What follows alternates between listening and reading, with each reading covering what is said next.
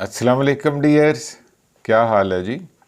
Welcome to our talk about measures of location.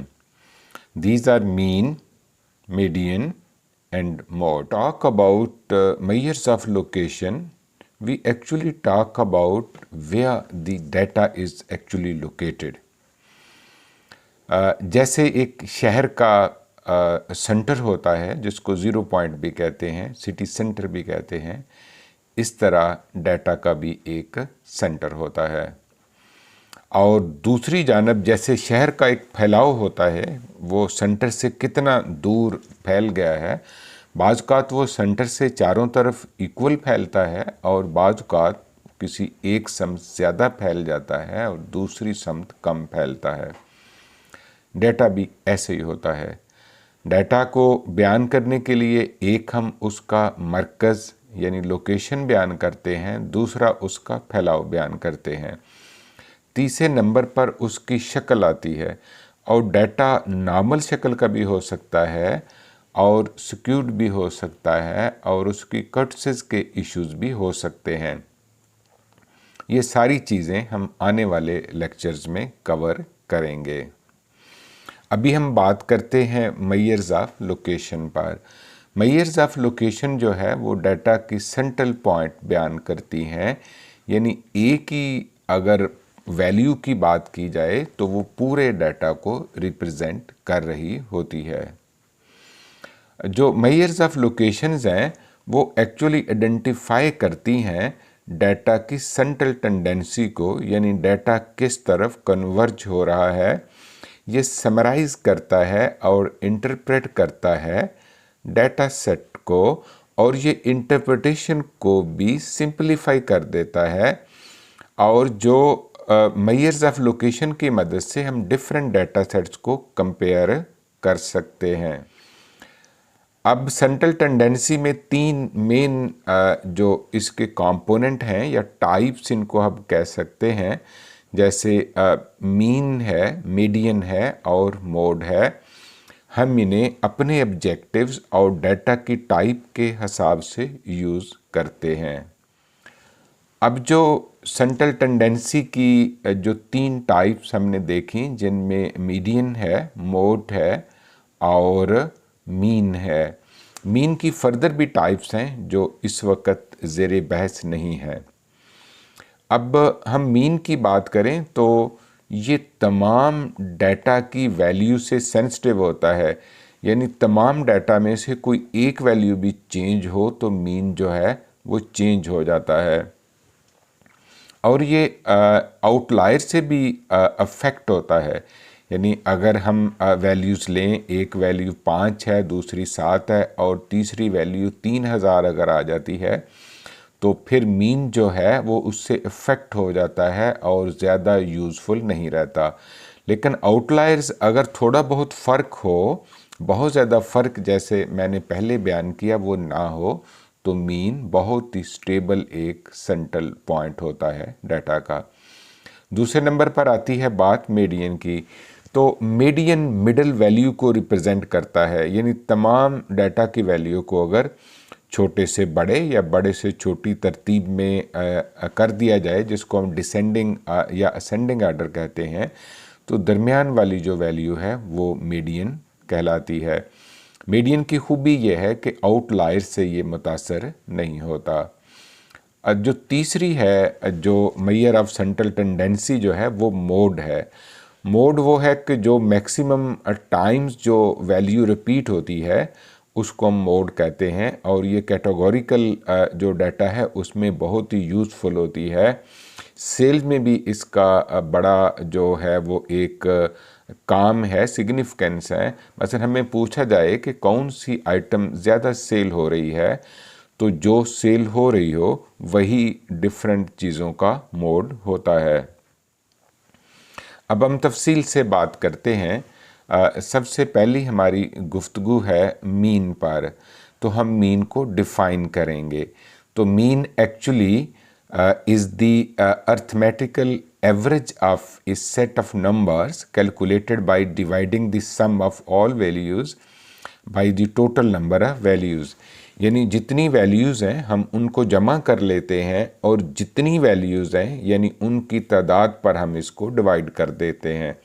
Formula लिखा हुआ है, आप इस वीडियो में देख सकते हैं कि कैसे हम सम ऑफ ऑल वैल्यूज़ को उसके जो नंबर पर डिवाइड करेंगे तो हम फिर मीन को हासिल करेंगे, कैलकुलेट करेंगे, अचीव करेंगे। आने वाली स्लाइड्स में आप इसे देखेंगे। अब देखते हैं मीन का पर्पस क्या है, यानी मीन हम कैलकुलेट करते हैं तो उसका क्या मकसद होता है। तो मीन एक सिंगल वैल्यू देता है जो पूरे डाटा सेट को रिप्रेजेंट करती है और इसका सबसे बड़ा इस्तेमाल ये है कि हम डिफरेंट ग्रुप्स को आपस में कंपेयर कर सकते हैं। अब जो मीन की एप्लीकेशन है एजुकेशन के अंदर, तो इसमें हम एवरेज टेस्ट स्कोर्स को भी कैलकुलेट करते हैं, एवरेज अटेंडेंस रेट को भी कैलकुलेट करते हैं, क्लास का भी, टीचर का भी, स्टूडेंट का भी, और जो स्टूडेंट की परफॉर्मेंस में जो ट्रेंड्स चल रहे हैं उनको भी हम देखते हैं। क्या परफॉर्मेंस जो है वो कम हो रही है, ज़्यादा हो रही है, या किसी ख़ास सब्जेक्ट में तो बढ़ रही है, दूसरों में कम हो रही है, या सब में बढ़ रही है, एक में कम हो रही है। इन सब को हम ट्रेंड्स ही तो कहते हैं। पॉइंट 2 में हम बात करेंगे एग्जाम्पल ऑफ मीन पर। द मीन और average is the sum of all values divided by the number of values. Formula इसका है mean is equal to summation x divided by n, where summation x is sum of all data values. We simply add all data values, and n means how many values are in the data set. See the example. The example data set is 3, 5 and 7. There are 3 values in this data set. If we simply go for summation x and we add these 3 values, we get 15, and there are 3 values in it. If we divide 15 by 3, we get 5. So 5 is mean in this case. Now 1.3 is advantages and disadvantages of mean. Advantages include easy to calculate. As the mean is very easy to calculate, we can use SPSS, Microsoft Excel, and a simple calculator, or we simple average can be calculated manually. The disadvantages include it is affected by extreme values. Even addition of a single extreme value can alter the mean a lot. 2.1 is median. The median is the middle value in a sorted data set. Sorted data set means it is either in ascending order or descending order. यानी जितनी भी data values हैं उनको बड़े से छोटा या छोटी वैल्यू से बड़ी की तरफ हम तरतीब देते हैं, तो जो दरमियान वाली वैल्यू है उसे हम मीडियन कहते हैं।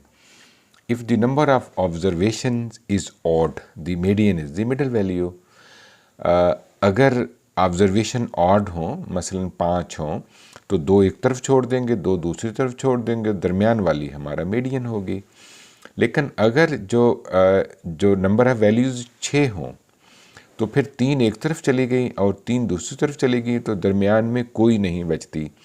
तो इसलिए जो दरमियान वाली होती हैं, अगेन हम 2 एक तरफ छोड़ देते हैं, 2 दूसरी तरफ छोड़ देते हैं, और दरमियान वाली जो 2 होती हैं उनका अर्थमेटिकल मीन सिंपली निकाल लेते हैं, तो उसको हम मीडियन कहते हैं। तो मीडियन बाज़ात उस ग्रुप का पार्ट होता है और बाज़ात पार्ट नहीं भी होता। सिमिलरली एवरेज भी उस ग्रुप का पार्ट भी हो सकती है, नहीं भी हो सकती। और ये हमने if even the median is the average of 2 middle values. अब हम आते हैं एग्जाम्पल है मीडियन की।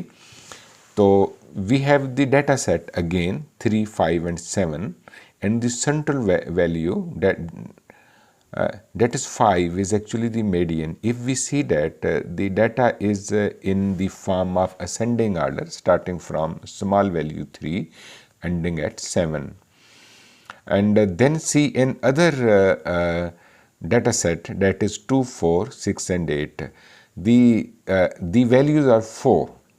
So median will be 4 plus 6 divided by 2 is 5 actually. तो मीडियन के लिए हम चारों वैल्यूज़ के जो चारों वैल्यू में से दरमियान वाली जो दोनों वैल्यूज़ हैं उनको जमा करके 2 पर डिवाइड करेंगे तो ये मीडियन आ जाएगा।